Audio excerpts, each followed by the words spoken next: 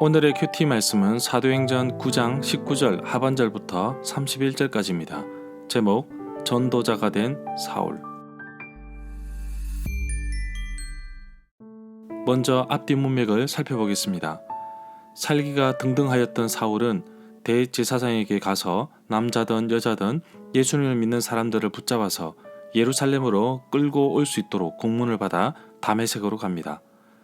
다메섹에 가까이 왔을 때 사울을 찾아오신 예수님을 만나게 됩니다. 강렬한 빛을 본 사울은 곧 시력을 잃게 되고 3일 동안 아무것도 먹지 못하며 시간을 보냅니다.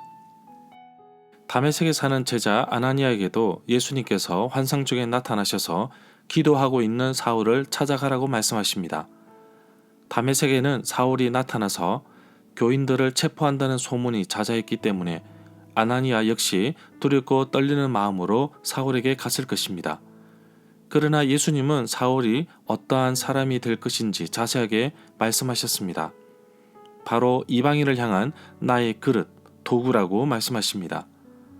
세례를 받고 기운을 되찾은 사울은 이제 예수님은 하나님의 아들이다 라고 외치기 시작합니다. 박해하던 사람이 전도자가 된 것입니다. 그러나 여전히 사람들의 반응은 의심이 가고 싸늘해지며 관심이 없었습니다. 그동안 사울에 대한 소문과 과거의 그의 행동과 너무 대조되기 때문에 놀라지 않을 수 없었던 것입니다. 문단을 나눠보겠습니다. 19절 하반절부터 25절까지는 전도자가 된 사울, 26절부터 31절은 예루살렘에서 다소로, 20절에 보면 사울의 변화는 일시적인 것이 아니었습니다. 그는 힘을 더 얻어서 예수를 그리스도라고 정언하였는데 이러한 행동은 다메섹에 사는 유대인들을 당황하게 만들기도 하였습니다. 그랬던 이유는 다메섹에 사는 사람들은 사울이 다메섹에 온 이유가 다름 아닌 교인들을 잡아서 예루살렘으로 끌고 가기 위함인데 자신도 교인이 되어 예수님을 선포하니 그럴 수밖에 없었던 것입니다. 21절에 보면 사울의 말을 들은 사람들이 다 놀라서 말을 하였습니다. 다메섹의 제자 아나니아의 말에 따르면 사울은 예루살렘에 살고 있는 주의 성도들에게 적지 않은 해를 끼친 사람으로 소개되고 있습니다. 그래서 아나니아에게도 사울은 두려움의 대상이었기에 쉽게 다가서지 못한 것입니다. 바울도 과거에 자신이 하나님의 교회를 심하게 박해하여 멸하였다고 고백하고 있습니다. 이 내용은 갈라디아서 1장 13절 하반절에 나옵니다.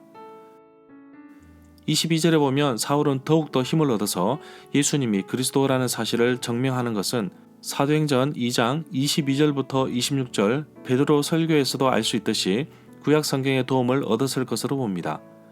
아직까지 신약 성경이 기록되지 않았기 때문에 유대인들이 잘 아는 구약 성경을 인용하여 그들에게 예수님이야말로 메시아라는 사실을 증명하고 선포하였을 것으로 봅니다. 바울은 예수님을 믿고 세례를 받았지만 며칠 만에 사람이 이렇게 바뀔 수 있는지 다메섹에 사는 사람들은 당혹감을 감출 수 없었습니다. 그러나 사울이 이렇게까지 바뀔 수 있었던 것은 자신이 예수님을 믿는 교인들을 잡아들이는 과정에서 그 예수를 직접 만나게 되었고 또한 3일 동안 먹지도 마시지도 못한 가운데서도 기도하면서 그 예수가 누구인지 정말 많은 생각을 하였을 것입니다. 결정적으로 세례를 받음으로 사울도 교인이 되었습니다. 23절에 보면 여러 날이 지나서 유대인들이 사울을 죽이기로 모의를 하였습니다. 예수 그리스도의 이름을 위하여 고난을 받게 될 것이라고 하였는데 첫 고난이 시작되었습니다. 유대인들이 적극적으로 사울을 죽이려고 하였던 이유 가운데 하나를 뽑으라면 교회를 박해하는데 앞장섰던 사람이 이제는 복음을 전하는 전도자가 되었으니 유대인들로서는 여간 불편한 것이 아니었습니다. 사울 자기 자신은 이방인의 사도가 되었지만 사울 역시 자기 동족에 대한 마음 때문에 유대인들이 모여있는 곳을 찾아다니며 회당에서 전도를 하였기에 유대인들이 시기하고 미워하였던 가운데 극도로 분에 차서 죽이려고 한 것이 아닌가 봅니다.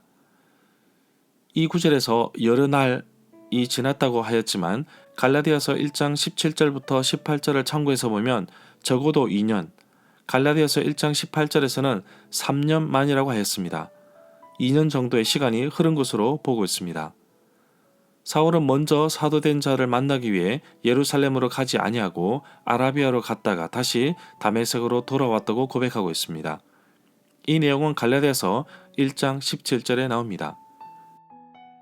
25절에 보면 어느 날 밤 사울을 광주리에 담아서 성벽에 난 구멍을 통해 그를 성 밖으로 달아내렸습니다. 이러한 내용이 고린도후서 11장 32절부터 33절에도 나옵니다. 이 구절에서 그의 제자는 사울의 제자로 봅니다. 적지 않은 시간에 복음을 전하고 전도한 결과 적지 않은 사람들이 복음을 받아들였고 그 가운데 사울의 제자가 있었던 것으로 봅니다. 26절에 보면 사울이 예루살렘으로 갔으나 모두들 사울을 두려워하였습니다. 27절에 보면 사울을 사도들에게 소개시켜준 바나바는 사도행전 4장 36절에 나오는 바나바로 보고 있습니다. 구브로에서 태어난 레위족 사람 요셉입니다. 사람들이 요셉을 바나바라고 불렀습니다. 이름의 뜻은 위로의 아들이라는 뜻입니다. 바나바도 자신의 재산 가운데 밭을 팔아서 공동체를 위해 헌신하였습니다. 갈라디아서 1장 18절의 말씀에 보면 3년 만에 사울이 예루살렘으로 가서 게바, 베드로와 보름 동안 머물렀지만 주의 형제 야고보 외에는 만나보지 못하였다고 고백하고 있습니다. 29절부터 30절에 보면 사울은 다메섹에서 그랬지만 예루살렘에서도 유대인들에게 살해 위협을 느끼게 됩니다.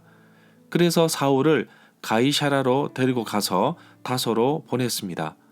고향으로 돌아온 사울은 은둔 생활을 한 것이 아니라 길리기아와 시리아에서도 복음을 전하였습니다. 이 내용은 갈라디아서 1장 21절에 나옵니다. 31절에 보면 교회가 평안을 되찾은 것은 박해자였던 사울이 전도자가 되었기 때문입니다. 실제로 사도행전 8장 1절에 보면 예루살렘 교회에 박해가 일어나 성도들이 흩어지게 되지만 결론적으로 복음이 이들과 함께 퍼지게 된 것입니다. 사도행전 1장 8절의 약속의 말씀대로 복음은 예루살렘을 넘어서 점차 넓은 지역으로 퍼져가고 있습니다. 절마다 상세한 설명과 구절 해석, 핵심 내용과 중심 줄거리는 네이버 블로그에 올려져 있습니다. 내게 주시는 교훈입니다. 위대한 인물은 기도로 이루어집니다. 사울 자신도 3일 동안 보지 못하고 먹지도 못한 가운데 기도하고 있었습니다. 아나니아의 헌신적인 수고로 인해 사울이 건강을 회복하고 세례까지 받게 됩니다. 오늘 또 한 명의 헌신자 바로 바나바입니다. 예루살렘 교회에서 사울을 적극적으로 변호하고 설명까지 합니다. 이러한 헌신과 수고가 없었다면 사울은 단순히 예수님을 믿은 한 사람일 뿐이었고 그 어떠한 일도 하지 않았을 것입니다. 특히 31절에 보면 교회가 평화를 되찾았고 성도의 수가 날마다 늘어가는 것을 볼 수 있습니다. 8장 1절에서 박해로 인해 흩어져야만 했던 성도들에게는 아픔이겠지만 복음이 퍼지는 아주 중요한 역할을 한 것입니다.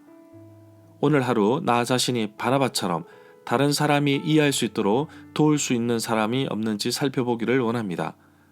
내가 중재자가 되어서 도와주어야 할 사람이 없는지 살펴봅시다. 교회 처음 나온 새신자에게 다가가서 불편함이 없는지 묻고 또 안내하는 것도 바나바처럼 정말 중요한 역할일 것입니다. 잠시 교회를 떠났다가 다시 교회에 오신 분들은 정말 마음이 편치 않을 수 있습니다. 그럴 때 바나바처럼 다정하게 다가가서 인사하고 반겨준다면 금방 마음 문이 열려질 것입니다. 오늘날 사람들이 쉽게 마음이 상하고 갈라서는 모습 속에서 진정한 바나바와 같은 자세로 섬기며 돕기를 간절히 소망합니다.